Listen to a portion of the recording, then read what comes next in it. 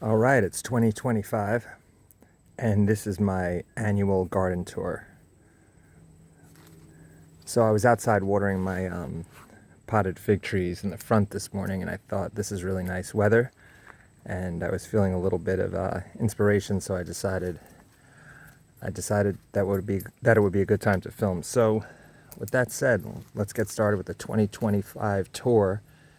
As you all know, it's been a really hot summer so far, so things have been pretty wild in the garden in terms of growth, in terms of challenges. So, yeah, let's take a look and hopefully you can get some inspiration from that. And let's go ahead and start the tour. I'll first say hi to my dogs. That's Penny, the Irish setter, and that's Jack, the mountain cur. And they're keeping the garden safe. All right, so here we go. Well, there's a peach tree, and here are a bunch of flowers, and they're all sort of staggered together ornamentally to try to create, I don't know what we were trying to create. We were trying to create a garden. What does it mean to even, what is a garden? Well, I figured out that a garden isn't a tomato, and a garden isn't a fig tree, and a garden isn't a flower. A garden is really a commitment. And it's a commitment in the hope that you get a harvest, and then you get to enjoy a process. So you don't really need a piece of land to start a garden. You just need to have an idea of something that you want to cultivate.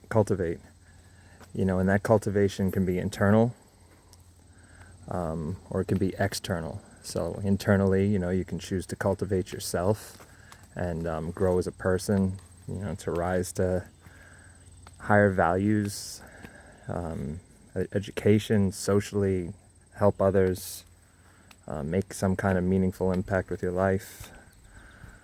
Externally, a garden can be a child, your investment in a child, your investment in a relationship, your investment in taking care of an animal.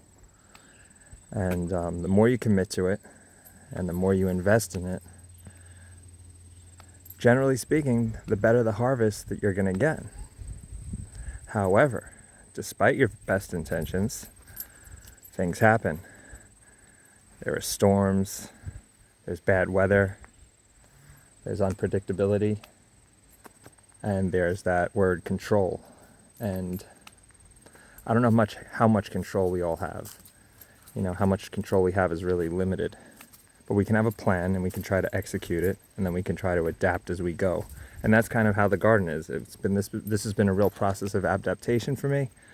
I think these are Hardy Chicago type figs. This is called an MVVS, and this is called a Hardy Chicago. The one back there is called a Danny's Delight. That's called a Peter's Honey. And swinging over here past my compost bins, this one I believe is a Blue Celeste, and that one over there is Malta Black, and that one over there is a Latarula Honey. In case you're wondering what figs you can grow in ground with winter protection in Zone 6B, Connecticut. These will obviously work on Long Island, New Jersey. I don't know how far into New England they'll work. You don't want to get into those negative degrees, but for too long. But anyway, I digress. So yeah, I've had to readapt this MBVS fig tree. I've had pluot trees here. I've had plum trees here. Plums do not do well here, as I'll show you in a little while. I've had to pull more trees than I planted. So trying to figure out what works in your area is challenging. Because even if something does work in your area, you could have a pest this year. I used to have a beautiful peach tree there. Now there's a new peach tree here.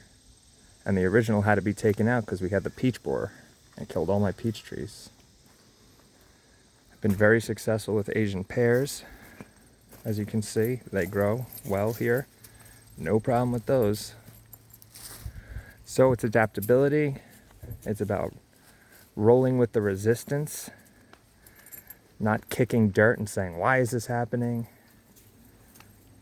I feel cursed.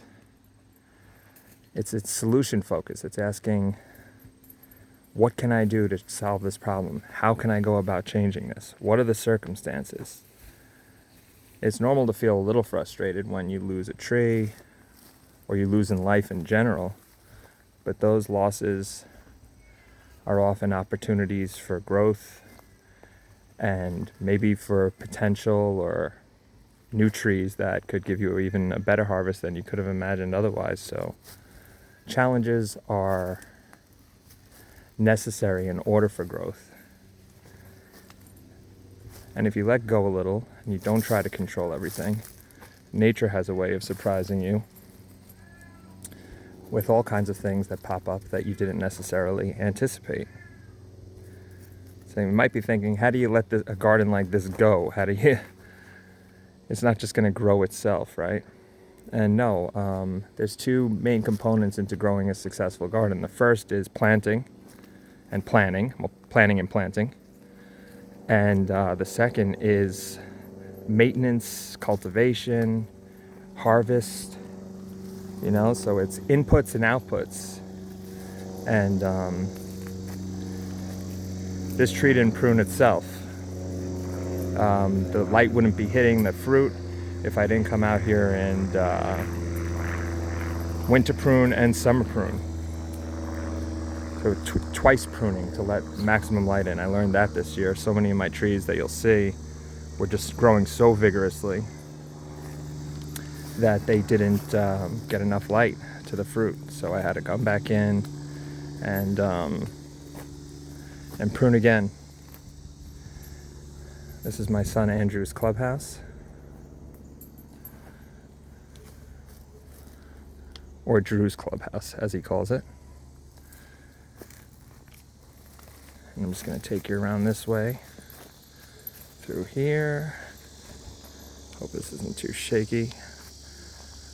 My apple tree, this is a Hudson's Golden Gem. Not an apple to be seen. I don't know why. But hopefully next year we'll get some apples on this thing. I have all the pollinators for these trees planted that I researched, and for some reason we're just not getting apples. But that's okay. This is a Liberty apple. And if you've been following along, I used to have a giant contorted mulberry here, and we pulled that tree because it just was, the garden wasn't breathing. Just remember when you're planting that your garden is going to have to breathe. It requires airflow, just like you do. It requires things not being too crowded. So the garden has to breathe, and I've learned a lot of that. When you're first getting started, you're just going to want to plant everything, and sometimes that's good. And here's an example of where when you plant too many zucchini in one spot, the airflow is bad, and then you get disease. So plants are just like us. They need airflow. We need airflow. We need to not be crowded internally, whether that be emotionally or even physically, you know, crowded with all kinds of things that are polluting our systems and clogging us up. Those things need to be cleaned out also, filtered, so they can grow healthy. So we're just like plants. So the garden is a real reflection of what's going on internally, and it requires maintenance. And you can either resent the maintenance, or you can accept the maintenance, and that's commitment. And once you commit to a certain thing, and you do it for long enough, and you listen to other people and their experiences, you can cut out a lot of the fat and save yourself a lot of the time. Or you can just do a trial by error. You don't have to listen to anybody. There's two ways you could approach it. You know, some people like to dive head in and just plant and go, and they're not tied to outcomes. And I always envy those kind of people because I'm not that way.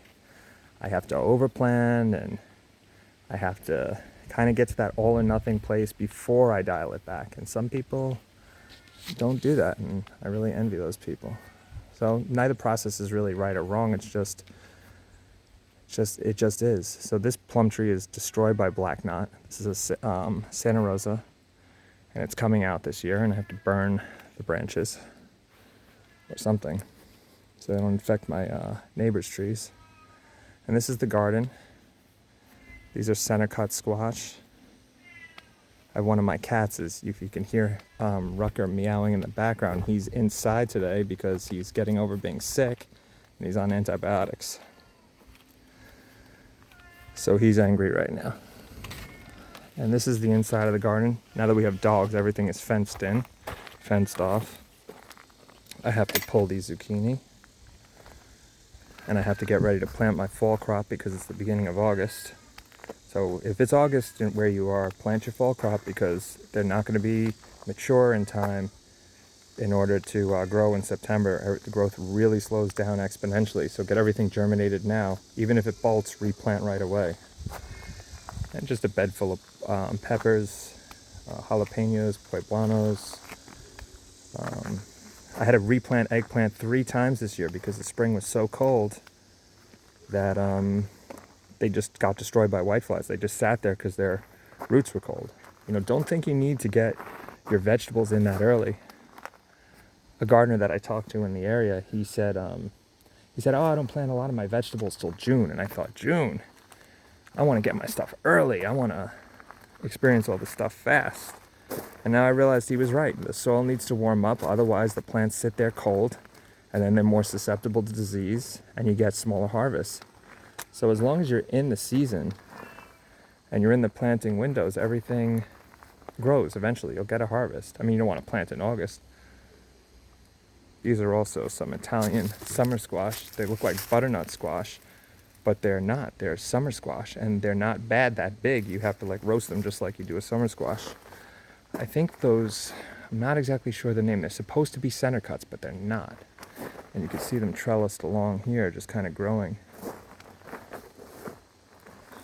So yeah, I'm really enjoying the garden this year because I'm not tied to outcomes like I used to be. You can't be self-sustainable in a garden. Self-sufficiency in a garden are an oxymoron. Maybe if you have a farm and you're planting high calorically dense plants like, wheat and harvesting wheat. I mean, let's face it though. I don't think too many people are going off grid and doing that. And if you are, good luck to you. But self-sufficiency is a full-time job. Don't think quitting a 9 to 5, you're creating more work for yourself. But hey, if that's the kind of labor that you want to do, if that's the garden you want to create, then, by all means do it. But a farm's not a garden, and a garden's not a farm. Maybe a farm could be garden-like, but it's not. You're not growing to be self-sufficient. We're all interdependent. You learn that as soon as you're having a plumbing issue and you have to call a plumber. You realize, oh, we actually depend on other people. And we have to thank them for the work that they do, which is sometimes dirty. People have to grow this food, pick the food. It's no easy thing. So those people deserve, our gratitude and respect. Because they do a lot of hard work, and oftentimes the people who do the hardest work in our society get rewarded the least. Unfortunately, desk jobs that create bureaucracy and, unnecessary fees and taxes and burden for us. I mean, they get paid the most. So I don't understand why that is, but, well, I do understand why that is. It makes you're creating money for rich people who purchase food. So there's my cat, and he's ticked off that he has to be inside because he had an abscess in his cheek. Isn't that right, Rucker? And there's Jack again, getting used to everything. We took out our black lace elderberries because they just weren't doing well. So I just cut them down. So there they go. The black lace elderberry, as beautiful as it was for the time that it occupied our space, it was choking off the air. It wasn't looking happy. We tried to revive it. It's a combination of weather and dogs who shouldn't be in the garden right now. And that's that. So this is the first garden tour I've done of the year. I don't know if I'm going to do another one. I might. You know, start planting. You know, it doesn't have to be anything special. It doesn't even have to be a vegetable. It doesn't have to be a flower. Just start planting in your life. Think about what kind of garden you want to cultivate. Maybe it's your mental health. Maybe it's your physical health. Maybe it's relationships.